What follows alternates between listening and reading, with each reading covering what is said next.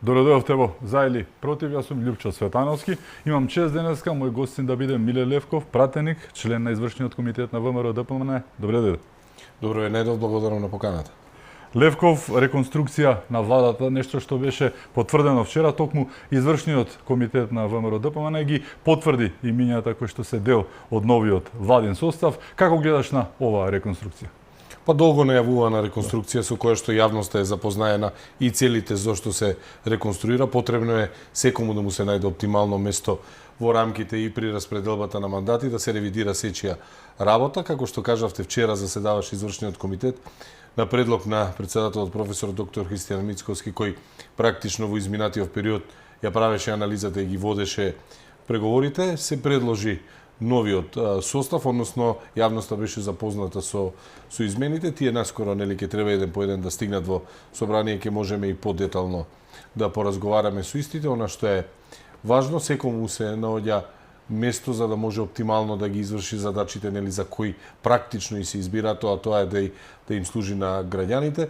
Видовте дека според местото комесар за добро владење имаме и рационализација на определени места. Се една реформа, би рекол, едно кадровско разместување кое што има само една цел, таа цела е јасна и транспарентна, тоа е поефикасно и поефективно раководење на извршната власт. Беше се едногласно, немаше разногласија во извршната?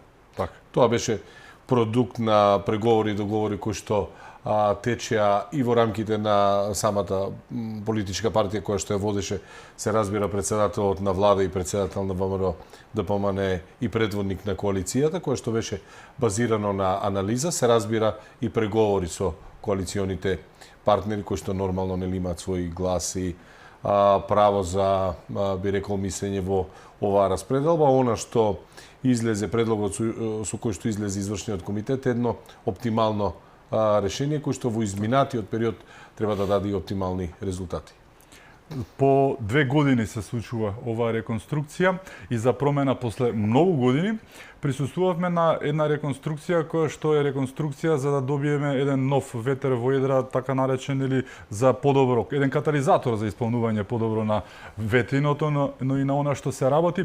Разликата многу очевидна која што се гледа од авион е што ова е после многу долго време реконструкција која што не се случува од оние ситуации кои што ги имавме од немајкаде. Ке падне владата, дали на Заев, дали на Ковачевски, па имавме киднапирања на пратеници, да не се лажеме, да не ги забравиме тие работи. Значи, оваа реконструкција конечно беше реконструкција заради перформанси, но не заради оние претходните мотиви кои што ги имавме во 7 години во низа. Одлична забелешка. Сите реконструкции во македонската историја се поврзани или со скандали, или со политички неприлики, или со обид за одреден политички инженеринг. Ова е реконструкција која што доаѓа точно на 2 години од формирањето на владата и издава и праќа еден сигнал дека кадровските измени и решенија не се секогаш поврзани со политички инженеринг, не треба никогаш да бидат поврзани со политички скандали и секогаш треба да бидат резултат на анализа за оптимално раководење со определени сектори и на крајот на денот со целата една извршна власт. Така да, одлична забелешка дека ова можеби е првата реконструкција која што не се базира на политички инженеринг и не е поради немајкаде или поради одредени скандали. Незината цел е јасно, транспарентно објавена навремено и се надевам и сите очекуваме да се воведе како пракса во политичкиот живот, како што рековме, наместо силни поединци да градиме силни институции, никој да не биде над институциите и секој да биде распореден на начин на кој што ќе може да даде оптимално од своите капацитети во рамките на служењето на државата. Реконструкцијата, како што кажа и ти, беше многу одамна најавена. Од една страна тоа нели зборува многу околу тоа дека е промислена, не е стихина, но една работа искрено ме зачуди од страна на опозицијата. Нивната реакција толку време се чекаше, се знаеше дека ќе има реконструкција, ја има можеби тоа што, како што кажавме, ова не е од оние да се биде или не реконструкции, туку има друга поента, но гледано од денешните реакции, после реконструкцијата, откако е официјално и се, народот би рекол Тапа Џонсон беше нивната реакција. Ја немаше. Не реагира воопшто како што требаше една опозиција сериозна да реагира, да даде аргументи, нели, да ве искуди. Некако ми се најдоа затечени или имам погрешен впечаток, може би. Па станува збор до мајндсетот, онака како што рековте, тие се навикнати да практично имаме еден нивен бивши, би рекол, премиер на влада кој што дојде од немајкаде, од никаде, неизбран, како резултат токму на она што го рековме политички инженеринг и коалициски договарања. Имавме едно такво цела плејада на раководство и измени во рамките на нивните редови. Верувам дека од нивна политичка перспектива тие не можат да ги разберат овие измени и следствено на тоа не можат ниту соодветно да ги коментираат. Не верувам дека, анализирајќи го, не би рекол нив, туку нивниот начин на работење, не би рекол дека ќе разберат еден принцип во кој што се анализира работата и секому му се наоѓа место да може оптимално да испорачува. Тоа е нормално кога ќе сватите дека изминатите 7 години се водеа само од лукративни интереси на своји блиски лица и една клика која што е блиска околу ни. Ваков начин на работење кога на прво место се граѓаните и интересот на граѓаните, нив им е непозната, знаете дека е тешко да коментирате нешто кое ви е непознато. Како човек кој е дел од тимот, нели, од највисокото тело на ВМРО-ДПМН, заедно го усогласивте сето ова, очекуваш ова да биде навистина поттик и подобрување на перформансот на владата? Остануваат уште 2 години од реалниот мандат, но еве, очекуваш подобрување на работата и во кои точки би, еве, од она што се случи, што очекуваш да речеме да биде подобро? Дали во здравството, дали во локалната самоуправа, како и да? Времето во политиката, како сакате да кажете, секогаш е кратко, затоа што гледано од перспектива можеби на еден човек или на поедине 4 години не се мал циклус во рамките на животот, меѓутоа кога гледате од рамките на државата, 4 години за институциите, за државата, за законите, за системот представуваат многу мало време. Затоа и би реков, она кое што го работи владата на ВМРО-ДПМН и во коалицијата е вложување во иднината и резултатите од она кое што го работиме сега треба да дадат да резултираат или да дадат своји резултати во изминатите, во годините кои што доаѓаат, па и во декадите кои што доаѓаат, кога се усогласувате со законодавството на Европската унија. Тоа не го правите само за следните избори, туку тоа го правите за да добиете систем, да го поправите системот кој што треба да дава бенефити и во следните декади. Токму од таа перспектива, самото воведување на одговорност, следење, мониторинг на работата на извршната власт и брзата реакција, би рекол, кога станува збор за 2 години, тоа во рамките на државата може да се каже дека е навистина брза реакција. Им остава доволно време на министрите, на оние кои што сега ќе ги добијат позициите, да знаат дека нивната работа се следи, се мониторира, дека за нивната работа одговараат првенствено пред граѓаните и многу е важно на крајот од денот во каков тим ќе бидете ставени и какво темпо ќе биде наметнато. Не е исто да марширате до врв со професионални планирани, не е исто да бидете пуштен во таа задача сам. И колку да имате добри намери, може да имате поспоро време. Она што го прави председателот на владата и мора да му честитам, создава еден тим кој што е составен од професионалци, од луѓе кои што си ја знаат работата, постојано ја следи нивната мотивација каде сакат и каде можат да допринесат и секогаш и можеби најважно е да имате план и да знаете што правите и да знаете да го реализирате тој план. Така да овие измени сами по себе испраќаат порака на следење и на одговорност кон народот, а луѓето кои што ги добија позициите, се разбира, треба тоа да го покажат со работа. Нема ниту една работа која што ќе кажеме јас и ти оваа вечера, која што ќе ја замени, би рекол, нивната оврска да работат посветено онака како што им е дадена довербата. Не само анализата, и довербата значи многу во процесот на политиката. Така да и тоа е значајно дека уште еднаш се верифицираат местата и се дава дополнителна доверба на оние кои што треба да работат, рековме, во служба на граѓаните. Главниот наратив на опозицијата и единствениот кој што успеа да го измакнат од некаде е дека ова се случува заради тоа што коалицијата била расклимана, готово ќе се распаѓава, што е малку смешно имајќи предвид, повторно ќе кажам, ти има коалиции и влади од 61 до 62 пратеника. Ова е коалиција која што има скоро двотретинско мнозинство, еве добивате и уште еден од турската партија, нели, значи во самото ткиво на ВМРО тој ќе биде вграден коалицијата, не само поинаку, но една работа која што е после 2 години се случува ова. Во соседството, еве во Бугарија, имаме 7 избори за 4 години се случија, не реконструкции. Ова е прва реконструкција после 2 години. Истата влада си продолжува со истата коалиција. Во соседството Бугарија не само да не зборуваме за италијанските влади, за она што се случува, нели, не избори постојано, Бугарија не е тука веднаш до нас, така што тој обид да се наметне онаа баук тема, леле готово, се распадна, владата и коалицијата малку не држи вода. Па ние постојано тоа го повторуваме, едноставно дали не сакат да не слушнат, дали не ги добиваат пораките. На опозицијата постојано им порачуваме и денеска ќе порачам дека време е да го слушнат гласот на народот. Тие не се научија да ги слушаат пораките кои што ги испраќа народот. За таа разлика, ВМРО-ДПМН и коалицијата има еден близок однос со својот електорат и тоа го покажа во изминатите, би рекол, изборни циклуси. И самиот состав, ако погледнете денеска на државата, без разлика дали зборуваме за локална самоуправа, дали зборуваме за централна власт, дали зборуваме за самиот состав внатре во рамките на собранието, кој што е изразен во голема бројка на пратеници кои што добија поддршка на листите на ВМРО-ДПМН и коалицијата, коалиционите партнери кои што имаме една стабилна коалиција, сами вие споменавте, и самата коалиција на ВМРО-ДПМН денеска добива едно проширување без притисоци, без никакви политички инженеринг, без никаков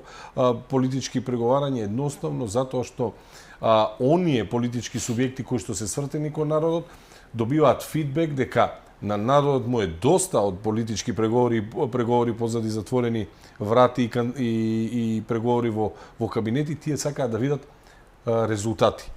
И токму затоа реков дека можеби овој начин на водење на преговори, овој начин на запознавање на јавноста транспарентно што се очекува, што ќе се очекува и што ќе биде направен, треба да ја променат парадигмата за она што се случува во политиката и како се води политиката.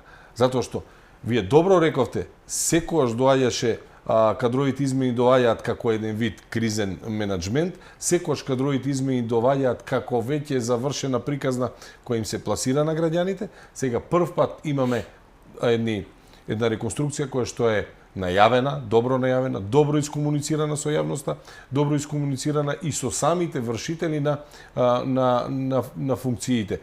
Тој начин на работа, знам дека представува можеби новост за опозицијата, меѓутоа тоа е еднината, ќе треба да се научат граѓаните, посветеност на целите и лојалност кон принципите е она кон кое треба да се стремат модерните политички партии, токму како што е ВМРО-ДПМН, можеби ќе имаат малку подолга крива на учење се вели тоа, меѓутоа ќе мора и тие да ја научат таа лекција на еден или на друг начин. Гледате дека и практично и во нивните редови се појавуваат одредени како да кажам фракции кои што повикуваат дека време е да го слушнат народ и време е да се смени начинот на нивното работење, меѓутоа ова не значи дека ние им се мешаме во нивната работа, ова е само една порака дека тоа е иднината. Кога го спомена ова, како гледаш на оние, не знам, инфантилни се пресконференции, секојдневни, никој не знае ништо околу тоа, но СДС постојано држи пресконференции во кои што најавува дека ќе се формирал некој си знам 2.0 и ќе го формирате токму вие и премиерот, односно председателот на ВМРО-ДПМН, за да ги растурите нив и секој ден прават некои такви пресконференции со некои анонимни деца што прв пат ги гледаме.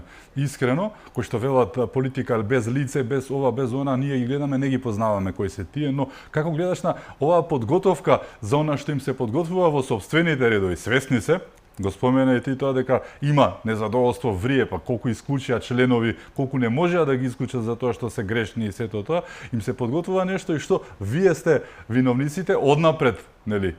посочени дека вие им правите пуч во партијата, толку ли сте силни ги растурате СДСМ и внатрешно? Па ние секогаш кога нели да имаме гостување, имаме одредена тема која што е поврзана со нив, тргнувајќи од таму дека се соработува, одредени нивни членови соработуваат со ВМРО ДПМН, кој што го негиравме и тргнавме од тоа дека на партија како што е ВМРО ДПМН составена со онаа структура со која што е составена и представена со таа структура, не им се потребни нови канали за комуникација.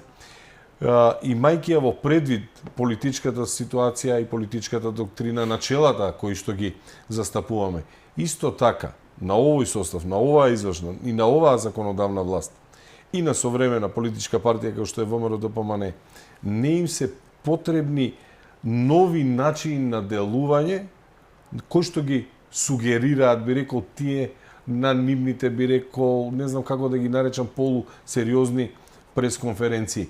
Може би тоа е една политика која што е насочено за некое нивно тесно партиско јадро, кое што нема друга храна, освен да продаваат оно што се нарекува политичка шизофренија, тоа е менување политички ставови секој ден и продавање на одредена доза на страв за говори, теории на заговори, затоа што кога не можете да објасните или да имате доволно добра комуникација со граѓаните, тогаш можете да се сврдите кон најразлични теории на заговори. Тоа е исто како во науката.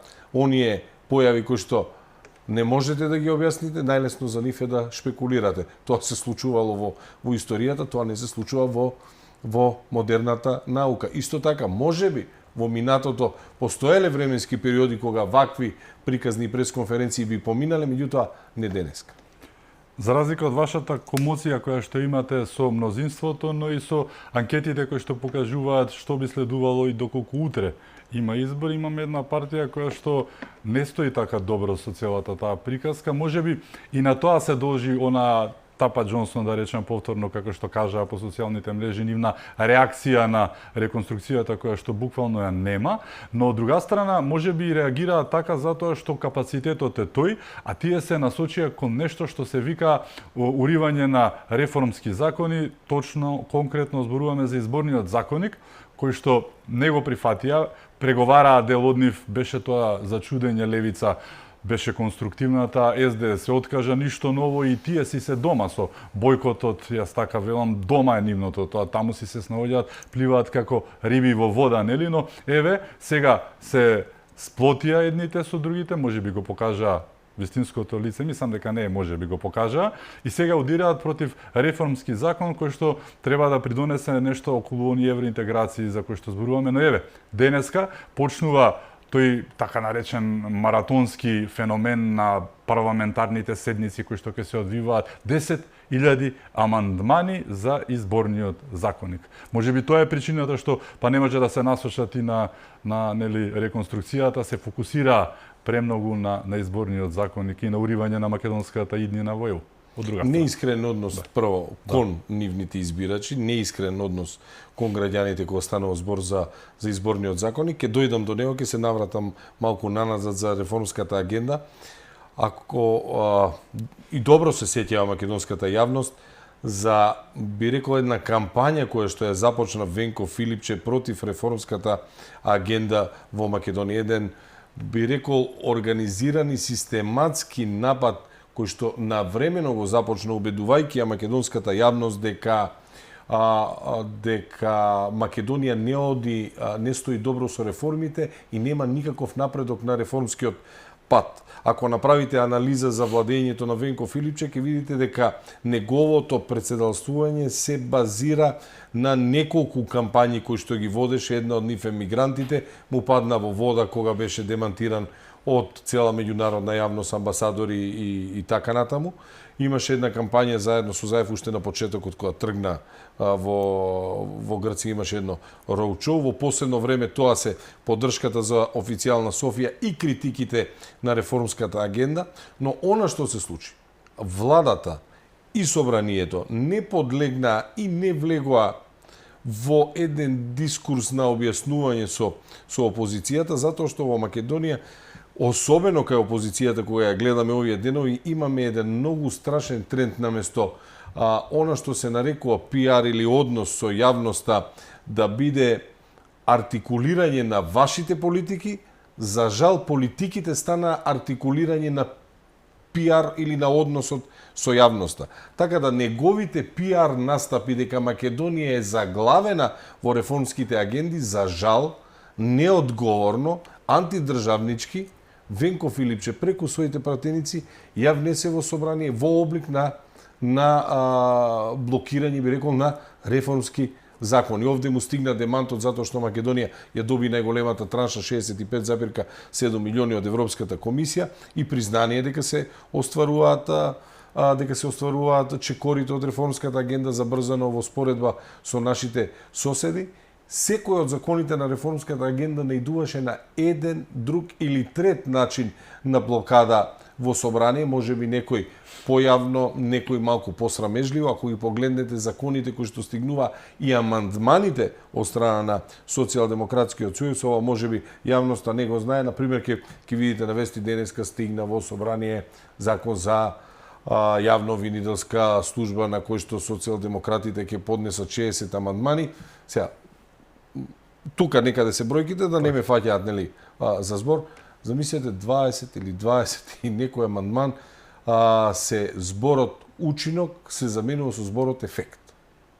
Зборот учинок се заменува со зборот ефект. Замислете колку е тоа сериозно.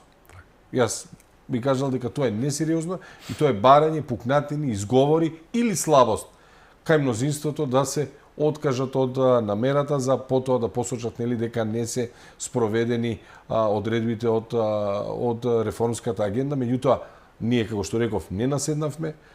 Извршната власт соодветно се ги изврши законските подготовки на предлог законите. Истите беа поднесени, дел се поднесени од колеги пратеници. Собранието деновиве, вие сте добро запознаени, работеше од утро практично до мрак. Комисијата за политички систем практично заседаваше секојдневно, имаше вечерни седници, се со една цел да се завршат обврските од реформскиот пакет, затоа што на крајот на денот тоа е она кое што македонскиот народ го бара со декади. Односно, сите ние велиме дека е потребно воведување на построги санкции, построги стандарди кога станува збор за управување со јавните средства, потребно е поголема отчетност, потребно е поголема одговорност и тоа практично го предвидуваат законите во реформската агенда. Предвидуваат усогласување со стандардите на ОЕЦД, например, кога станува збор за управување со јавните претпријатија. Предвидуваат поголема отчетност, предвидуваат длабоки системи за контрола на јавните финансии, на јавното трошење и така натаму секој во својот ресор. И оттаму доаѓаме до изборниот законник за нешто за кое што јавноста на лидерска средба виде дека практично сите се согласни дека треба да терат. И сега се создава еден неискрен однос, би рекол, кон нивните избирачи од страна на левица и СДСМ, каде што процесот е напуштен и сега дополнително се блокира. И денеска Комисијата за политички систем стигна еден куп на амандмани, меѓутоа ваквиот закон, изборниот закон, не треба никогаш да биде резултат на административна работа. Ако станува збор за заседавање на Комисијата за политички систем, во ред, ќе заседаваме, ќе ги поминеме сите амандмани, меѓутоа не е тоа целта. Секогаш кога станува збор за изборен законник, најдобро, нели, и за јавноста, и за сигурноста, и за мирна совест во политиката е истиот да биде донесен со консензус. И подадената рака, и местото на масата за преговарање и на едниот и на другиот политички субјект стои. Меѓутоа, тие сами избра еден неискрен однос кон овој процес, наоѓајќи замерки на гласање на диаспората или замерки на пополнувањето на другите правни празнини. Верувајте, ОПСЕ и ОДИХР имаат одредени забелешки на изборниот закони кои што треба да бидат регулирани и треба да бидат пополнети. Со затварање на правните празнини, секоја демократска земја при измени на изборниот законник треба да покажува и одреден капацитет. Во 21. век да тврдите дека не постојат системи, електронски системи на безбедност, електронски системи за сигурност, кои што ќе ви овозможнат сигурност во гласањето и ќе имате онакви тврдења како лидерот на опозицијата дека тоа било несигурно, дека тоа било заговор, малте не е смешно. Заговор како Safe City, што беше, се сеќам. Апсолутно е смешно, затоа ако вие имате електронски уреди кои што ви се наоѓаат во вашиот джеп, кои ви овозможуваат плаќање од едниот на другиот крај на планетата Земја, смешно е во 21 век, 2026 да донесуваме еден изборен законник кој што нема да ја предвиди таа можност за нашите иселеници или за нашите кои што се во диаспората. Самата порака која што се испраќа дека не мислите на нив не е добра. Ако имаат одредени сомнежи, јас верувам и ги охрабрувам дека можно е да имате одредени сомнежи во начинот на кој што ќе биде тоа спроведено. Меѓутоа, секош има механизми. Секош има амандмани кои што вие можете да ги поднесете. Па и ние немавме, како политички субјект, немавме доверба во изборниот процес кој што го организира и спроведува СДСМ и ДУИ, па председателот излезе со предлог за фингерпринт или за отисок на прст во тоа време. Ние секогаш кога сме пројавувале сомнеж сме давали решение. Не веруваме, меѓутоа ако го воведете овој биометриски како да кажам модел за дупло проверка уште за дупла проверка на идентитетот, тогаш ќе добиеме не нудат за сега ништо, ова е само не нудат никако, тие бараат безусловно повлекување. Тоа не само според мене, според било кого во државата, прашајте го, не е добра порака ниту за демократијата, ниту кон нашата диаспора, затоа што на крајот на денот демократијата е посилна колку повеќе луѓе се вклучени во неа. Не е исто ако имаме поголема излезност и ако имаме помала излезност. Не е исто ако луѓето ги охрабриме да веруваат во политиката и не е исто ако ги обесхрабриме да веруваат во политиката. Не е исто ако имате диаспора која ќе биде запознаена со нашите политички случувања и ќе можат да го дадат својот глас, и не е исто кога ќе разговарате за изборни закони така лесно да се откажувате. Поентата ми е, на крајот на денот лежи еден неискрен однос за кој што се надевам дека ќе се откажат од него, затоа што преку договор и преку разговор лично сметам, а и знам дека може да се надминат сите проблеми. Не велам дека не треба да има сомнеж, апсолутно, затоа и се создадени различните политички субјекти. Ние, не дај Боже да влеземе во период на едноумие, и опозицијата е добра секојаш да критикува и нека ги најде недостатоците. Меѓутоа, со соодветни амандмани, ние дадовме, председателот кажа дека сме спремни истите да бидат прифатени. На овој начин, со неброени амандмани, само се блокира процесот. Кажа денеска и премиерот и председател на ВМРО ДПМН дека ќе прифатите сите забелешки, но диаспората, гласањето дека мора да остане, дека тоа е црвената линија. Од една страна тоа, од друга страна, зошто Левков толку им пречи нашата диаспора? Искрено, како да им пречи, како да се плашат од собствената диаспора, така ми изгледа и во претходните, кога се случува околу диаспората, секогаш се некако контра, што толку им пречат нашинците во диаспората. Искрено, такво чувство имам, а мислам дека јавноста го споделува. Па ние, како и да разговараме, секогаш најлошо е во една емисија да се повторуваме, ќе биде дотепно и за гледачите, меѓутоа начинот на комуникација кој што го има една политичка партија со своите избирачи, очигледно немаат добра комуникација, не размислуваат на комуникацијата, не размислуваат на пораките, најверојатно ги базираат на дневна основа водејќи се од други политички интереси, односно од интерес да се блокира реформската агенда и да се покаже дека нема договор за изборниот законник или нема договор за важни закони, тие лекомислено ќе нападнат една цела група како што е нашата македонска диаспора, не размислувајќи како резонираат или како се одразуваат овие пораки некој кој што не гледа во туѓи, некој што следи што се случува во неговата земја. И на тој начин тие се отуѓуваат не само од диаспората, тие практично се отуѓени и од гласачите овде во Македонија.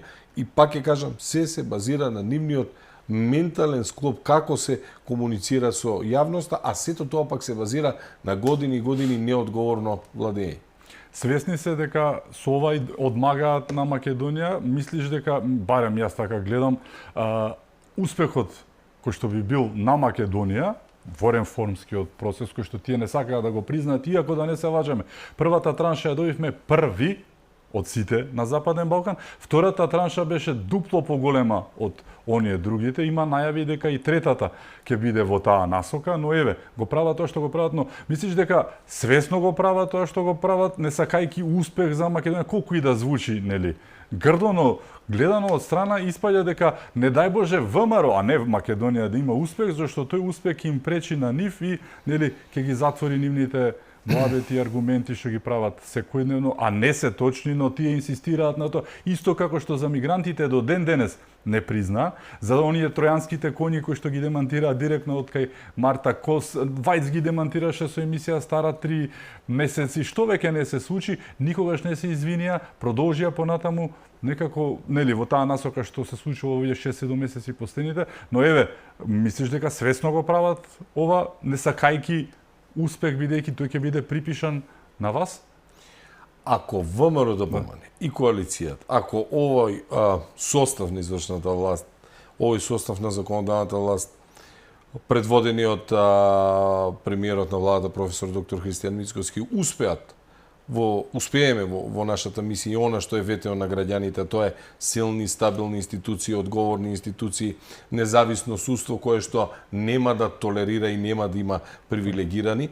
Ако успееме во овој поход во кој што сме тргнати и се разбира реформската агенда, не заради ние често ги споменуваме средствата кои што доаѓаат од Европската унија, меѓутоа патот, реформскиот пат на Македонија не е за тоа да добиеме 140 или 150 милиони, туку тоа го правиме за да добиеме постабилни институции.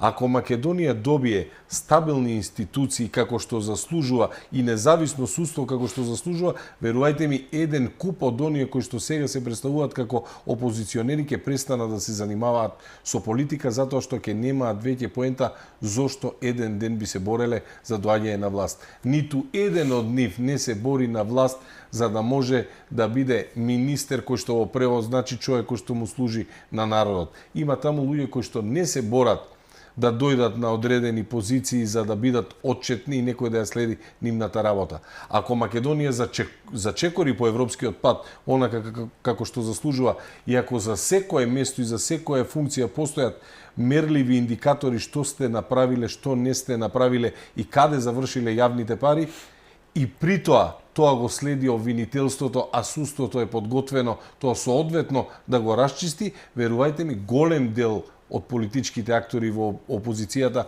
кои што се уште таму се појавуваат, ќе видите како ќе си заминат од македонската политичка сцена затоа што ќе немаат никаков интерес. Нивните интереси и нивниот начин на работење го видовме во изминатите 7 години. Не велам дека се сите, меѓутоа видовме како одредени индивидуи кај нив успеваат државата, државните институции да си ги приватизираат, да ги стават во свој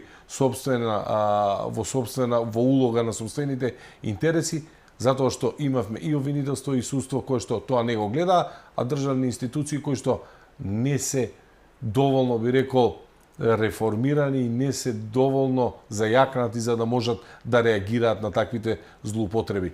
Ако заврши реформскиот пат онака како што планираме, за некоја година Македонија ќе стане современа држава која што ќе знае ефективно да се бори против криминалот и против корупцијата и сметам дека тоа е она кое што ги плаши најмногу, а не кој ќе ги земе заслугите. Една работа која што исто така исплива на виделина, една работа што исто мораме да признаеме, мајстори се за лажни вести последниве месеци, десетици помина, ај што кажавме не се извинија, но токму приказката со диаспората, која што е многу реална и треба да се оствари, нели, ја свртеа на насока дека Тоа се правело сето, заради тоа што сегашниот премиер и председател на ВМРО ДПМН Христијан Мицкоски ќе се кандидира за председател на државата, при што ќе може да ги искористи гласовите на диаспората кои што ќе биле лажирани за да дојде на таа позиција, доживеа повторно еден тончил и ладен туш од него, им кажа дека нема таква намера, да бидат мирни и дека не се прави тоа, но дека останува црвената линија за диаспората, но еве, мислам дека ги разочара човекот затоа што не им успеа повторно еден демант од оние дузина десетици, 2-30 се случија минативе 6 месеци.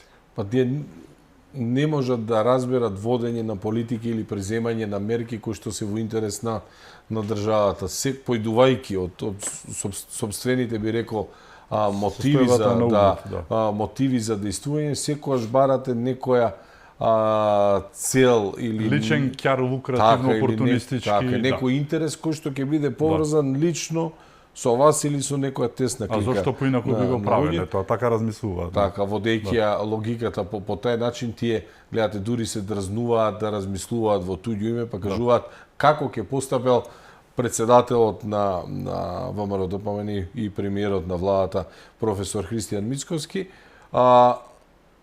едноставно не можат тоа да го прават, не можат да размислуваат со туѓа глава, особено не со главата на премиерот. Тоа тој добро го демантираше и мислам дека веќе и на јавноста им е прекуглавao таквиот начин на, би рекол, политичко конфронтирање, каде што секогаш се сведува на тесни лични интереси. Треба да сватат дека одредени луѓе, поединци, политички партии или групации влегуваат во политиката со други интереси, затоа што на крајот на денот планираме да живееме во оваа држава и да не се иселиме, и силните институции, стабилниот систем е нешто кое што ни е потребно на нас и на нашите деца. Можеби најголемата награда која што може да се ја даде еден политичар, да остави еден стабилен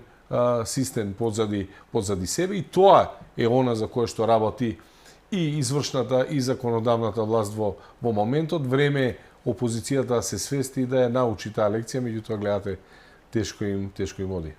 Имаме уште теми за отворање. Со нас е пратеникот и член на извршниот комитет на ВМРО ДПМН Емилија Левков. Се враќаме по кусиот блок реклами. Останете со нас.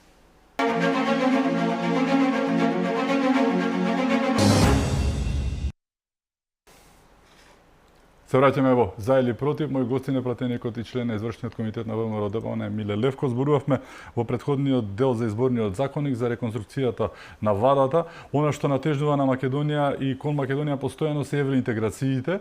Тие пак се блокирани во моментот од Бугарија. Сите знаеме зошто, што се случува.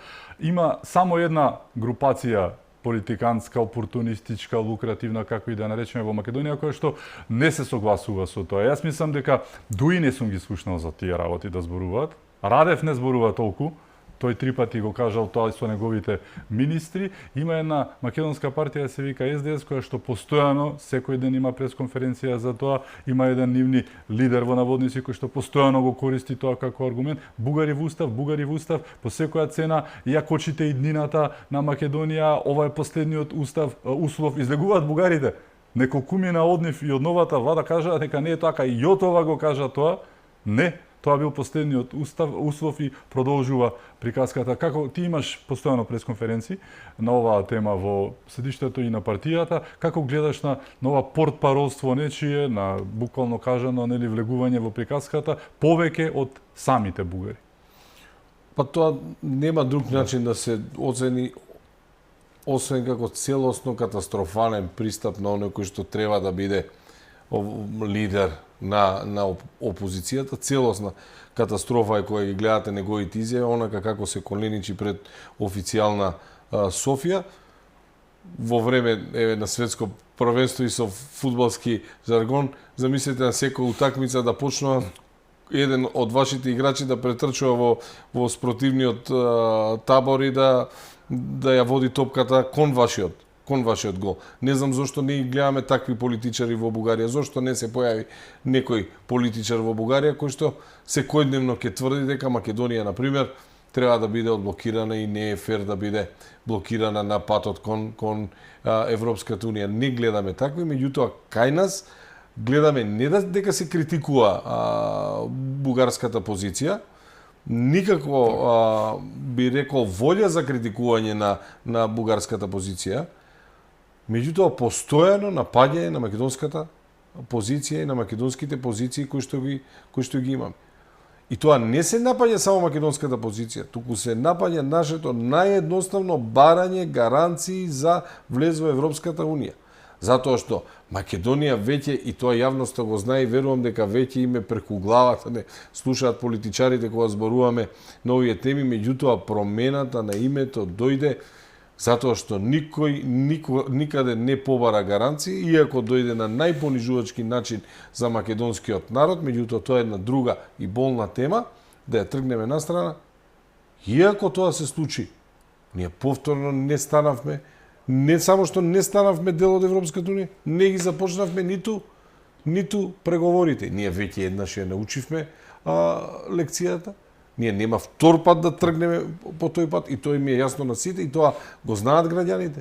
Сите освен Венко Филипче кој што упорно настапува во боите на спротивниот табор и не убедува како ние требало да постапиме. Ако го му упативме јавен повик, ајде да се имаше тој негов повик да сме се обединеле, за да сме ги внеле бугарите во устав, ние му вративме ајде да се обединеме и заеднички да бараме гаранции. Так. Никаков одговор не добивме на тоа. Сега, оди до таму дека имаше еден скандал, објавување, дипломатски скандал, објавување на информации за семејството на премиерот на државата. Оставете без разлика дали ви е тој политички другар, дали ви е политички опонент, станува збор за една од највисоките функции во државата и за неговото семејство, нешто што е лично. Објавување на нешто што треба да биде доверлива дипломатска нота. Оној кој што се представува за лидер на опозицијата не најде за сходно да го искритикува. Тоа за мене е крајно понижувачки. Сме гледале снимки каде и на ден на битка ќе се сретнат генералите, ќе си посакаат убаво време и ќе си посакаат среќа во битката. Катастрофално е како политиката дојде на тоа ниво, кога објавување на дипломатски ноти, на доверливи дипломатски податоци, за семејство на еден политичар, наидуваат не само на премолчено одобрување, меѓутоа наидуваат на таква реакција од страна на опозицијата. И ако ги соберете неговите реакции на Венко Филипче, во моментот кога ја честиташе владата на Бугарија со критика за нашата криминална влада, реакциите за како треба да постапи Македонија во насока на уставните измени, неговото молчење кога бараме гаранции, неговото одмолчување кога станува збор за вакви дипломатски скандали, за кои што е најчовечки да ги осудите, без разлика дали тој ви е партиски пријател или ви е партиски опонент. Ни кажува само една работа, дека или станува збор за уценет човек кој што обработува за туѓи агента, или станува за човек кој што не знае каде оди и каде тера, кога станува збор за надворешна политика. Нека седне, нека се прииспита. Ако не знае каде оди и каде ја тера, нека се повлече додека е време, а ако работи за туѓи интереси, нека се откаже од тоа што поскоро, затоа што во Македонија нема ниту еден искрен и чесен македонец кој што ќе му дозволи да си ја спроведе таа агенда. Принципот како до сега веќе не важи.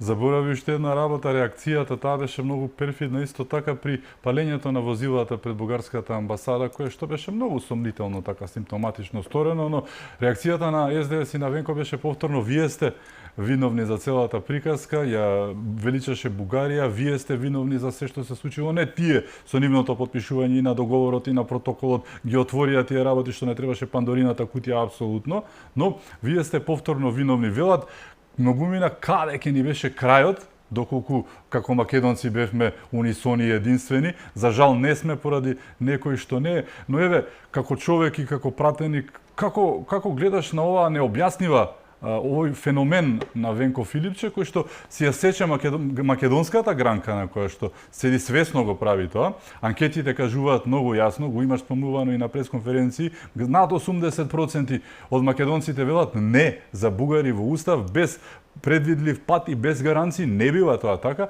а некој постојано го прави тоа за да, знаеш, и оние опуштените да видат што не се занимаваат со политика, да речат нема друго објаснување освен некој ковчежиња, освен некакви уцени дека некој е фатен за нешто. Нема логика и објаснување. Губиш рейтинг, партијата ти паѓа уште подоле, ако немаат, нека си направат математика пред и по изборите, какво било што било на претходните избори, ако не, нека видат, во меѓувреме ја тераат бугарската приказка, нека си направат математика колку им штети се тоа, знаат. Самото членство го знае тоа во СДС, не се сите Венко Филипче, нели? Но еве, го прават тоа без да отстапат. Како гледаш на овој Венко Филипче феномен? Па јас сум разговарал со колеги пратеници во моментот кога се за измените на името, кога се менува и за името имаше уставни измени. Мора да се направат уставни измени. Кога го менувате уставот, се сеќавате, започна една постапка во собрание, имаше јавна кампања дека биле купени двајца најдени, па и недостасува уште тројца, двајца пратеници и така натаму, се внесуваше еден немир кај граѓаните. И сето тоа одеше на штета на демократијата и демократските процеси во Македонија. Затоа што и шпекулациите понекогаш знаат да направат штета. И тоа јавноста го знае, како и вие новинарите добро го знаете, ќе ги расфрлате пердувите, сега трчете, вие собирајте ги. И ние неколку пати правиме таква штета на Македонија. И кога се менуваше уставот, и сум го кажал на колегите, има комисија која што е задолжена и треба да работи. И на претходните заклучоци на комисијата пишува дека уставот и уставното име се менува заради влез во Европската унија. Стојат тие заклучоци во собрание се. Некој се потпишал на нив, некој гласал. И сега членови сме на Европската унија. Не сме. Некој треба да застане позади тие документи. И сега повторно ќе влеземе во тој процес и ќе стигнат документи во кои што вие ќе треба да објаснете, да почне записникот дека овие измени се прават поради преговарачката рамка која што ја договори дипломатското трио Ковачевски, Бојан Маречич и Бујар Османи и е со цел влез или отпочнување на преговорите. Каде е гаранцијата за почетокот на преговори? И ќе имаме уште еден таков записник. И кога ќе дојдат некои генерации после нас, кога ќе ги отворат записниците, какво мислење ќе имаат за таа генерација? Какво мислење ќе имаат за генерација кој што има еден по друг записник, кои што немаат никаква одговорност, немаат никаква гаранција и еден по друг докажуваат дека она за кое што биле создадени не го дал својот резултат.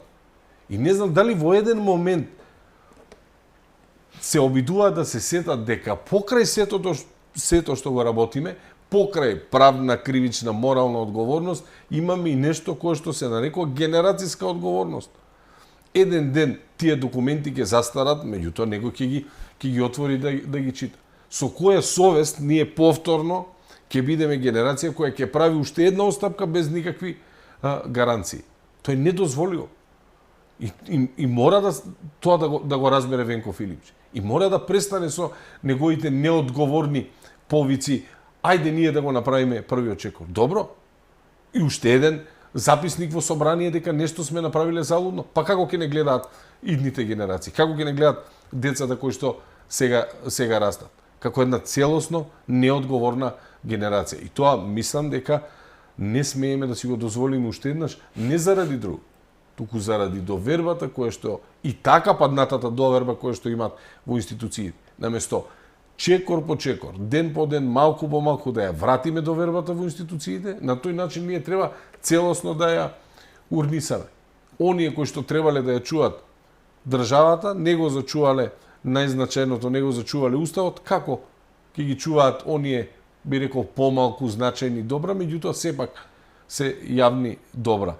Затоа ова воопшто не е наивна приказна и се надевам дека барем некој, ако не главните, во рамките на опозицијата ќе ги разбере овие пораки кои што ги испраќаме некому, можеби, нели ќе му звучат повторувачки, меѓутоа на вистина имаме една генерацијска одговорност и не смееме така лекомислено да се однесуваме кон овие прашања. Мина 2 години од владењето на ВМРО ДПМН и коалицијата. Не е прашањето, а многу одамна дали има разлика или не.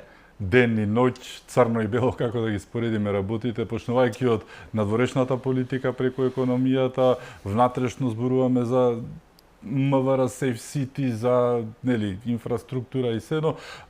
Одамна прашањето кое што се поставуваше, има ли разлика, не е туку прашањето е каде е разликата, во што е разликата во куси црти за крај меѓу владењето на СДС. Не мора 7 години, нека ги изберат најдобрите 2, ако имаше воопшто такво нешто во тие 7, и овие 2 години на вашата коалиција. Ориентација, насоченост и одговорност. Има владата на ВМРО ДПМН има јасна ориентација, знае што прави, зошто го прави тој, како го прави. Во изминатите години, ако ги погледнете параметрите со преземањето на власта 24-та година, Македонија е предпоследна која станува збор за дигитализација. Предпоследна. Никакви средства, никакво вложување во дигитализацијата. На индексите на корупција се наоѓаме можеби на дното. Ако и погледнете стапките на економски раст во изминатите 7 години, не според вестите на ВМРО ДПМН и коалицијата, туку според Евростат и според Светска банка. Најниска стапка на економски раст на БДП во изминатите 7 години. Најниски стапки. Највисоки стапки на инфлација, особено кога станува збор за инфлација на храната. Да, гледавме дека има инфлација имаше секаде во Европа, меѓутоа отворете на Евростат, инфлацијата во време на СДСМ и ДУИ во Македонија започнува пред инфлацијата во еврозоната и е највисока, повисока од сите земји во регионот и можеби беше изразена како 12-13%, меѓутоа храната, и тоа граѓаните добро го знаат, имаше инфлација и до 30%, локомотивите поскапнале 1%, дојдовме до некоја средина. Тргнувајќи од таму, ние сега последни 2 години имаме Министерство за дигитализација кој што сериозно се зафати со процесот на дигитализација, гледаме сервиси за интероперабилност и поврзување помеѓу институциите за граѓаните да не трчат со изводи од една до друга институција. Гледаме системи како што е Safe City, кој што во суштина представува дигитализирање на процесот на мониторинг и надзор, а дигитализацијата сама по себе представува еден метод за намалување на корупцијата, затоа што сега дали ќе бидете казнети или нема да бидете казнети не зависи од човечки фактор и од тоа дали го познавате или не го познавате сообраќајецот. Сето тоа се базира на инструменти и дигитални системи за кои што и дадовме, беше соодветно предложено од владата и помина и дадовме пазво собрание со измена на оние закони кои што беа потребни. Видовме огромни инфраструктурни проекти дека се откочија и започнаа, како што се автопатот Кичево-Охрид, како што се одредени патни делници кои што беа откочени и започнаа со работа. Се сеќавате во изминатите 7 години тие патишта добиваа на секој 6 до 7 месеци добиваа само нови анекси, изголемување на цената, без при тоа било што да се случи на терен. Добивме еден пристап од владата каде што општините сами се грижат каде ќе ги насочуваат средствата и сами аплицираа за капитални проекти. Видовме еден однос на централната кон локалните власти каде што не се правеше разлика дали градоначалникот е од една или од друга власт. Тоа во време на како досега не постоеше. Видовме целосно нов пристап кога станува збор за донесување на закони. Во собрание имаме јавна расправа за сите закони кои што се од областа на судството.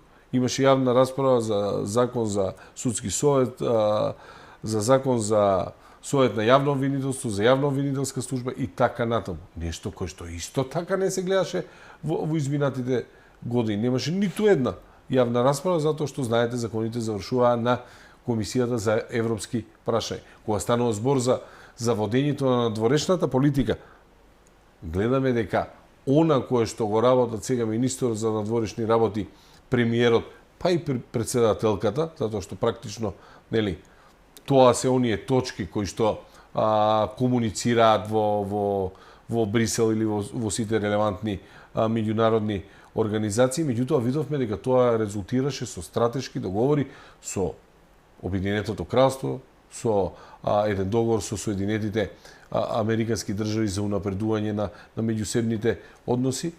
Гледаме дека тој дипломатски пристап ќе овозможи на нашите граѓани за скоро време да имаат роаминг во Европската унија, односно резултатите, почнувајќи од начинот на донесување закони, преку намалениот број на прекршоци и жртви поради Safe City, преку дигитализацијата и стапките на економски раст, покажуваат дека политиките, начинот на водењето на политиката, надворешната соработка даваат мерливи резултати. Не е само што ќе каже ВМРО да помане, тука се Евростат, Светска банка и меѓународните индекси кои што се однесуваат на следење на нашата држава. Имаме подобрување во сите сегменти. Дека имаме уште многу работа, апсолутно.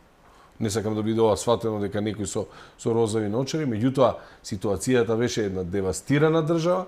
Во еден период од 2 години сме качени буквално на еден пат и за дигитализација, и за борба против корупција, и за транспарентно донесување на закони, и за јакнење на економијата. Дека останува уште многу за зголемување на продуктивноста на трудот и зголемување на животниот стандард, апсолутно се сложуваме, меѓутоа затоа овде сме и посветено се работи и на тие прашања.